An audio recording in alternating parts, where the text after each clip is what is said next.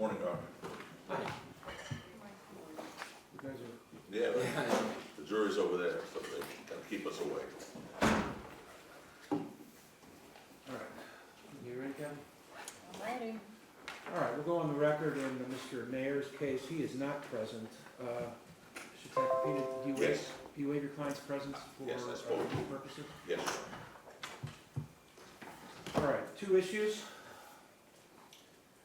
that we're going to deal with. One is the allegation that Mr. Tacopina violated the gag order. The other is the defense position that Mr. Lewin misled the jury in his summation. The first issue regarding the gag order, I don't need any response from anybody. I don't want any response from anybody. I was forwarded the part that was believed that Mr. Tacopina violated the gag order, and I had to listen to it a number of times, and I wrote it down word for word. And this is what Mr. Tacopina said when he was interviewed by, is your last name Baden? yes. Kenny Martin, Linda Kenny Martin. That's Kenney. I'm not sure how to spell the last name. And her partner is Michael Bryan. Brian. All right, Ms. Baden asked you if you could comment on what was said at the sidebar, and this is what you said. There is one part of the gag order still in effect. Actually, that's not right. There was only one part of the gag order. Yeah. But anyway, there is one part of the gag order still in effect, and it has to do with a particular sidebar conference that we had regarding the question that you are asking about right now. In that regard, I can't really speak to anything the judge said at the sidebar during Relli's testimony. I do not believe that that is a violation of the gag order. That's the ruling. I don't need any response from anybody else, from anybody. All right, the motion filed by the defense. I've read the motion. Mr. Lewin, did you want to respond? The motion's absurd. It's being done clearly, as was the interview, to attempt to sway the jury. It's interesting that after telling the court repeatedly and counsel on the record that he would not be doing any interviews during the pendency of this trial, that the day before the jury deliberates, he does. No. I'm done with that. I'm explaining the motion. The motion, number one, sets out two apparently issues. One is that he is trying to say that I intentionally switched photographs. Now I'm going to show them up to the court. It's patently absurd. Just so it's clear, I got in this case extremely late. I was on the case basically, I started the day before trial. So I had the exhibits from my co-counsel. The exhibit list that I had, he had a number of photos of the victim's fingers, the injury that he had.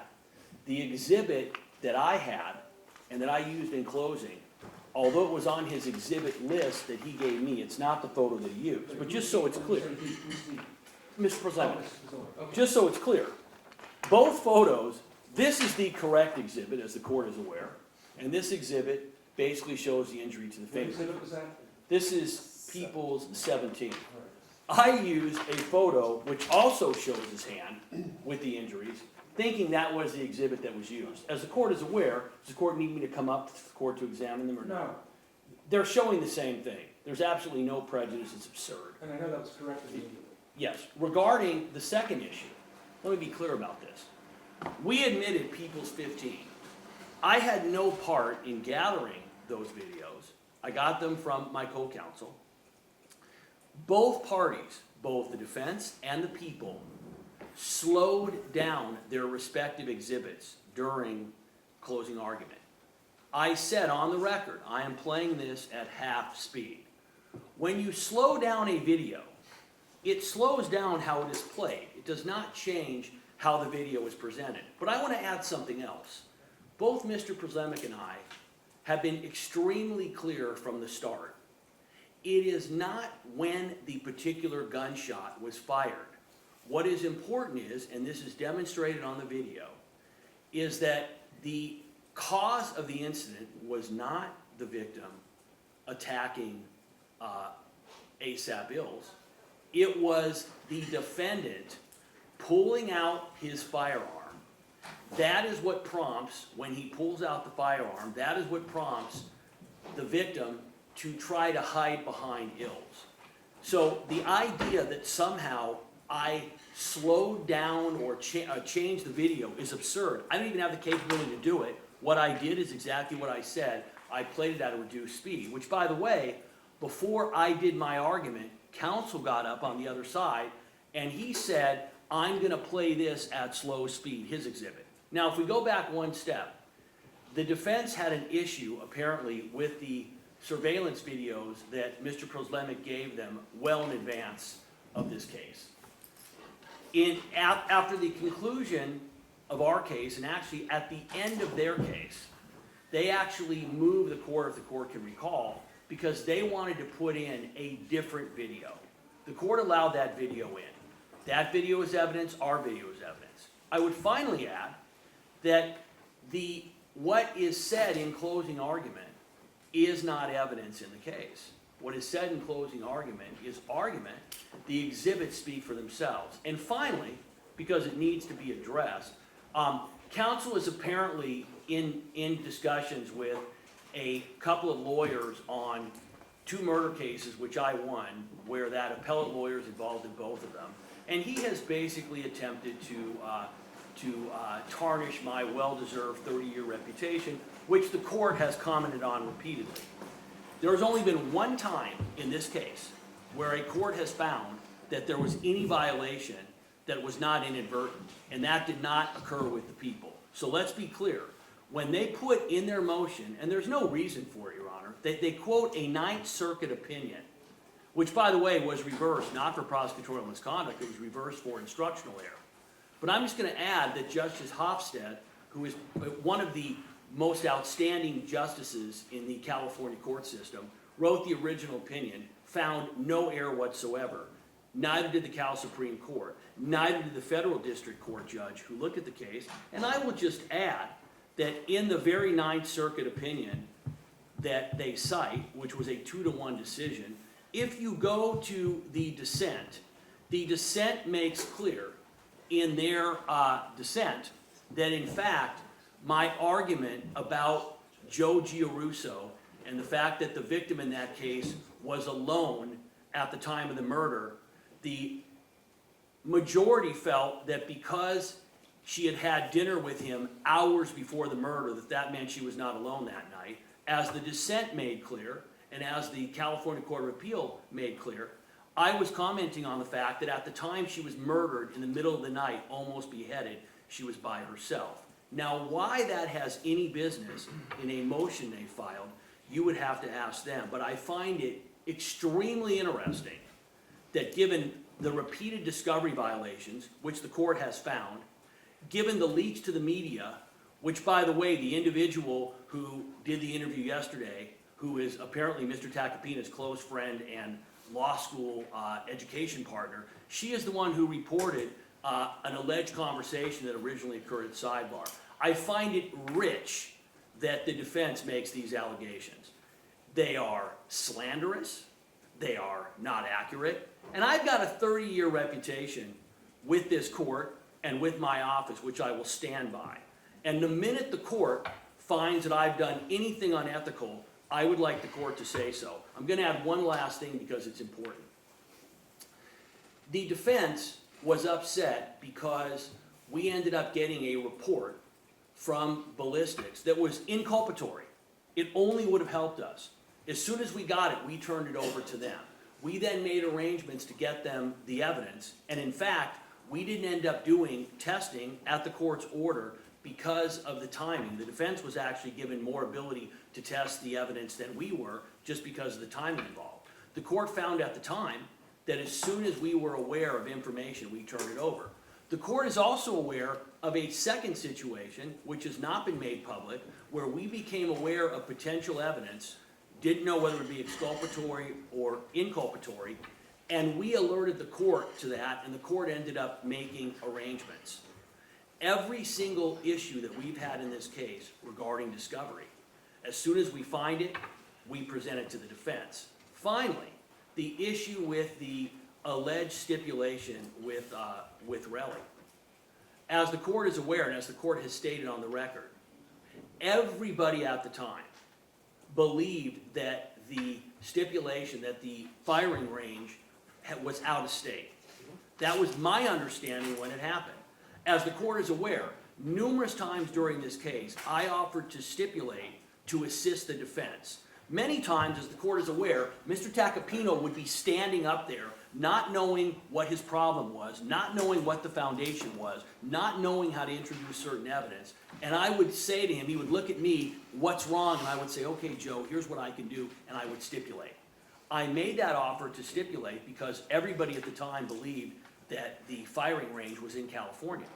The court has already found that the court believed it, we believed it, that's why we offered it. I would further add that the fact that the victim was in California at a firing range 2 weeks before this incident occurred has about almost no relevance or impact on the case.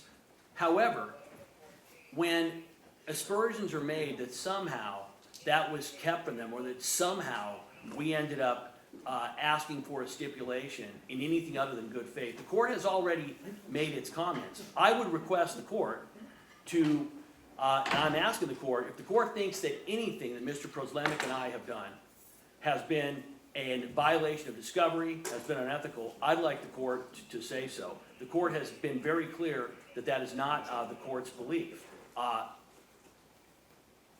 In the end, we made a conscious decision, because it's ethical, not to try this case in the press. You haven't seen one comment from us, not one. Mr. Tacopina's motion, or maybe his motion, I don't know what communication, has insinuated that somehow we're talking to a reporter. We know he's talking to a reporter. Let's back it up. I am more than willing right now to go under oath. No, we're not doing that. Well, Said we're not doing that. Well, understood, Your Honor, but I want to make sure that my personal integrity has been impugned. I won't stand for it. I am more than happy. You put me under oath, you put Mr. Tacopina. I understand the court doesn't want to do it, but I want to make sure I've offered that, haven't heard the same thing from Mr. Tacopina. Would love for that to occur. Who wants to speak? I'll speak, Your Honor, to this. Okay, because all I've been hearing for the last 10 minutes is deflection here. So, Mr. Lewin just asked, Hearing is what? deflection. All he's doing is deflecting. So, first of all, he asked, why we would raise a Ninth Circuit decision. What does it have to do with this? Someone should ask us. Okay, the question's been asked. Here's what it has to do with this. The Ninth Circuit said that Mr. Lewin lied to a jury. That's why. Here he is saying, oh, my reputation. That is untrue. I let him speak, Your Honor. Don't interrupt. Your Honor, I'm not going to have that kind of personal aspersion Here we go again. made against my reputation and character. I won't have They're it. taking up with the Ninth Circuit, okay? I didn't say it, they said it. The Ninth Circuit did not say that. Your Honor, the Ninth Circuit said there was an untruth that was presented to the jury by this individual right here, regardless of the basis for reversal. That's what the Ninth Circuit said, and the reason we raised it with respect to this is because there's a claim of prosecutorial misconduct. And by the way, let's deal with this in reverse. The stipulation, right? Because that was one issue of prosecutorial misconduct. I just heard Mr. Lewin say that everyone believed that that shooting range was out of state. Who believed that? The witness didn't know that. Mr. Tacopina didn't know that. In fact, did Mr. Lewin know that it was out of state? Did he? Because I find that very difficult to believe, given the fact that it was not out of state. So either one of two things happened, and Mr. Tacopina said this previously. Either one, he knew it wasn't out of state and tried to lie to the jury, or, best case scenario for Mr. Lewin, he didn't know and asked for a stipulation. Now, on this point, let me just note, I know that Mr. Lewin apparently... Slow down. Fine, fair enough. I know that Mr. Lewin... Slow down. I know, Your Honor, that Mr. Lewin, because he's represented this to other people, is, my understanding, knowledgeable about firearms. He carries them. I find it very difficult to believe that Mr. Lewin did not know that the LA shooting range is not in Los Angeles.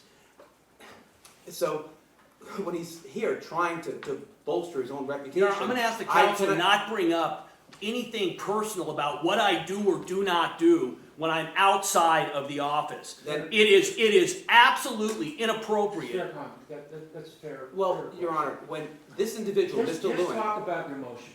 That's what I want you to talk about. Well, okay, If you Your want Honor. to talk. Oh, I I read definitely it. want to. All 11 pages. Thank you very much, Stick Your to Honor. that. Fine. The claim here is one of prosecutorial misconduct, and specifically deliberate prosecutorial misconduct, which is why I was raising these other issues and just responding to Mr. Lewin. With that said, let me focus on the motion. So, we didn't raise this issue to distract or try to mislead the jury. To the contrary, the misleading was done by the prosecution. If the court will recall, at the end of Friday's proceedings, we raised this issue with the court and said it appeared to us, looking at the video on the screen, that it was altered. We then asked Mr. Lewin, would you show us the PowerPoint so we could resolve this issue now and avoid potential appellate issues? You would think at a bare minimum, to avoid this very matter, he would have said, sure, take a look at it. Instead, no, he adamantly refused, packed his bags, and got out of that courtroom as fast as anyone could. Now, we then fortunately had the opportunity to look at that video because it was televised on court TV. And sure enough, it was altered. That wasn't People's Exhibit 15, okay? What the video that Mr. Lewin presented to this jury during summation showed was the shot taking place before Relli ran towards Ills. Now, the prosecution says, oh, it's not a significant issue. The timing of the shot couldn't be more significant with respect to the claim of self-defense. Now, perhaps Mr. Lewin doesn't realize that it's an issue in this case when he and the prosecution in general told the jury they only have one matter to consider, which is a prop gun. That's not the case. Self-defense, of course, is an issue in this matter if the jury finds that there was no prop gun. The timing of this couldn't be more critical. So, Your Honor, this has nothing to do with slowing down a tape. That's what Mr. Lewin speaks to. Oh, we slowed down the video. It's not about that. It's about moving the shot a second earlier. That's what they did. And I would just add, People's Exhibit 15, and we raised an issue with this previously, we were advised by the prosecution that Detective Flores is the one who prepared that video. When Mr. Tacopina questioned Detective Flores about it, he said, no, it wasn't me. Even at this moment, we don't know who prepared People's Exhibit 15. There wasn't a proper foundation laid for it. We objected. The court allowed it in. But now, during summation, to alter that video further and present a misleading image to the jury in terms of what happened couldn't be more of an example of prosecutorial misconduct in this case. The law is clear. And in that regard, I would note this. I don't accept Mr. Lewin's assertion. I know the court has spoken to this, but I don't accept Mr. Lewin's assertion that the photograph of the quote-unquote bloody knuckles that was introduced was inadvertent. I see him holding a photograph right now. I can assure you that the photograph that was displayed to the jury was not what he has in his hands. It was brighter. It exaggerated the nature of the injury. Unfortunately, they had the weekend to do whatever it is that they did with their videos and with their photographs, but the fact of the matter is we all saw it. There was a photograph that was introduced to this jury that was not admitted, that exaggerated the extent of, purportedly, the complainant's knuckles. We don't know because there was no testimony regarding that. Never should have been presented. I appreciate the court swiftly taking action to resolve that situation. But given that that occurred once, and now we have another video that alters what occurred, I find it difficult to believe that it was inadvertent. And in fact, for that matter, how? How could you have a video inadvertently manipulated? It's deliberate action. So, Your Honor, here's where we are. There was a video that misleadingly presented to the jury something that was not People's Exhibit 15. The only resolution at this point, Your Honor, would be to advise the jury to disregard that video that was presented by the people because it moved the shot to an earlier time than what's reflected on People's Exhibit 15. That's the only solution at this point, to try to resolve this issue and avoid potential appellate issues. That's our request. We briefed the issue, the law is clear. You know, I don't know what more to do at this point, but it has to be addressed to this jury because right now they're in the back. No, they're not. Not yet. They will be, fair They will enough, be. Your Honor. They will be in the back, having seen the last video in the courtroom, one that wasn't in evidence and misrepresents the timing of the shot. It couldn't be more paramount despite the prosecution's claims that it's insignificant. I know they want it to be insignificant, but it couldn't be more significant with respect to the issue of self-defense, Your Honor. Your Honor, can I just respond to the video portion of it? I don't need to yell and I don't need to hash out anything else. But as to the surveillance video, all that happened, it took some technical expertise to create that video where one is on top of another, which is not any kind of program that I have access to. So I went to someone in the DA's office who works in our video laboratory that has access to Adobe Premiere and asked her to line up those two videos at the point in time when when a floodlight is seen in both videos as a visual cue. And if the court is not following what I'm saying, I can pull up the video and show the court. And that was done with Detective Flores's, kind of in pre-consult with him. He was aware of what was gonna happen. We talked about how that was gonna. Tell me again, you went to someone in the DA's office and they did what? Just ask them to put the videos on top of each other because one video has audio and one captures actually captured the shooting. Okay, so it's the video that we've all been describing as sequenced surveillance video. It just took a special program called Adobe Premiere to be able to play those two videos at the same time and screen record. That was it. That happened well before the trial, and I gave that to defense counsel, and I told them that Detective Flores would authenticate the video, not that he had been the one who created it with computer programs. So that was all that happened with how that video was created, and I had asked her to line it up with a visual cue in the videos, which is when a floodlight turns on. That video has not been changed, manipulated, or anything since the trial happened. I have not gone back to the person who created that video or anything like that. So I can tell you, and honestly, and this is more from my personal experiences with Mr. Lewin and his technical abilities, I can guarantee you Mr. Lewin would not have the ability to move the sound of the gunshot in those videos. I mean, so to that issue on whether or not the video that he played for the jury was changed, I can tell you that's the only copy of that video that we've had where the two videos are playing on top of each other. There's only one that exists. It's been labeled sequence surveillance video. It's the one that was played in his PowerPoint. I can't speak to how it came out on court TV, but I can tell you we did not move the sound of that shot, and nor do we, I think as Mr. Lewin articulated, feel that that is really the relevant inquiry for the jury. We have always argued, I did it in mine and he did it in his closing, that the point in time that matters is when the defendant turns around having pulled the gun, not when he actually fires it. So I just wanted to add that because Mr. Siegel had brought up how the video was created and that we had changed it. That video was not changed as it went into Mr. Lewin's power. Your Honor, No, if I could just read this I've heard important, enough. Your Honor. You filed the motion, I heard from Mr. Lewin, I heard from you, Right. and then I heard from Mr. Kuzloma. That's it, no more, that's it. All right, based on the explanation from Mr. Kuzloma, I can say I don't believe anything nefarious occurred here. I don't think anything was altered. Now, what the focus is, or what the issue is with the defense is, has to do with People's 15, which is the video that was admitted into evidence, and the PowerPoint.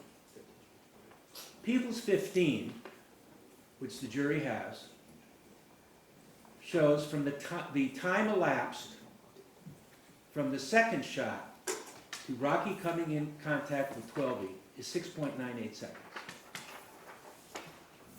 The PowerPoint, which Mr. Kuzloma described as trying to put one on top of the other, the sound in addition to the video, the audio on top of the video. That shows that there is 7.98 seconds that elapsed between the second shot to Rocky coming in contact with 12E.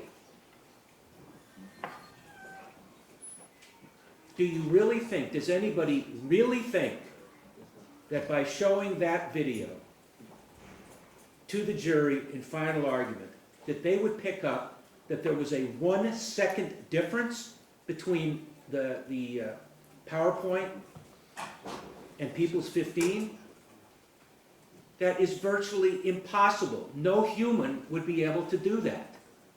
In addition, what is said in final argument and in summation is fair comment. It is not evidence. The jury was told that.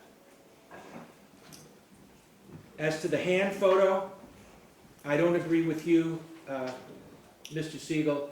I think it was done by accident. The two photos are almost identical, and it was corrected immediately.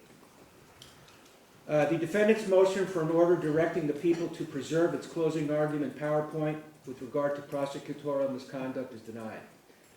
The motion to request that the court instruct the jury to disregard the sequence surveillance video displayed during the Mr. Lewin's summation argument is denied. All right, that's it. Your Honor, No, just no, for the record, I need to make a record on one Not thing. quarreling with We're you. not quarreling with your decision, Your Honor. We accept it, we understand it. All right. Notwithstanding Say our what you want to objection. say for a Thank you vote. very much. Just quickly, because this is the first time that we've heard an explanation from the prosecution regarding specifically how People's Exhibit 15 All was right, made. say what you want to say. Thank you very much, Your Honor. So, there's been no witness, Detective Flores certainly didn't do it, to authenticate People's Exhibit 15. I don't know who this person was in their office that they just described that made it, but there's been no evidence to lay a proper foundation. In light of that fact, Your Honor, we're asking you to exclude People's Exhibit 15. No. All right, Thank you. if we hear from the jury, we will let you all know. Your Are we Honor, all going to be an hour away? can I add one thing, I which think is, it said 90 minutes, Your Honor, you would agree to 90 minutes? No, On a verdict. if there is any communication, will you all be available by phone? I will be, absolutely, I won't be personally potentially here.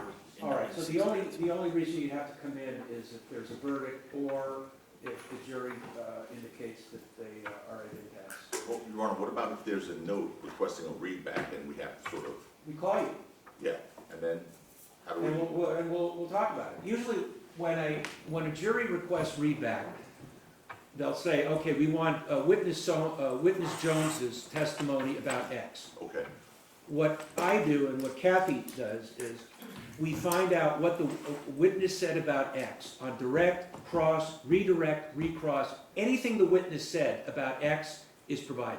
But What if nothing there- more, okay. and nothing less. Do we weigh in on that at all? Well, of course. Okay, so how, if we're not here physically, how do we do that? You do it We have a on conference. a speakerphone. Oh, okay. Web?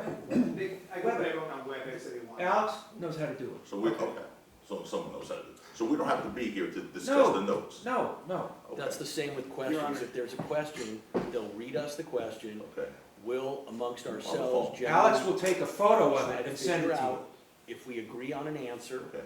then we end up talking to the court by phone or by WebEx, and they do it. Okay, so we Generally, don't- do not have to be in here. Alex takes a photo of it and sends it to you. Okay. The actual written question. Good. All right. Your Honor, Thank you, can Your I Honor. can I add one thing, which is we provided a clean laptop to Alex for the jurors' use. If the defense wants to go through it, I gave it to Alex. They can do whatever they want. Thanks, Paul. There is, if you want to go in and take a look, there's a computer with a projector and a screen. Could we do that? There's no Yeah, conference, go no take jury. a look. Their notes are back there and things. right? What? The jurors' notes and stuff are back there. Oh.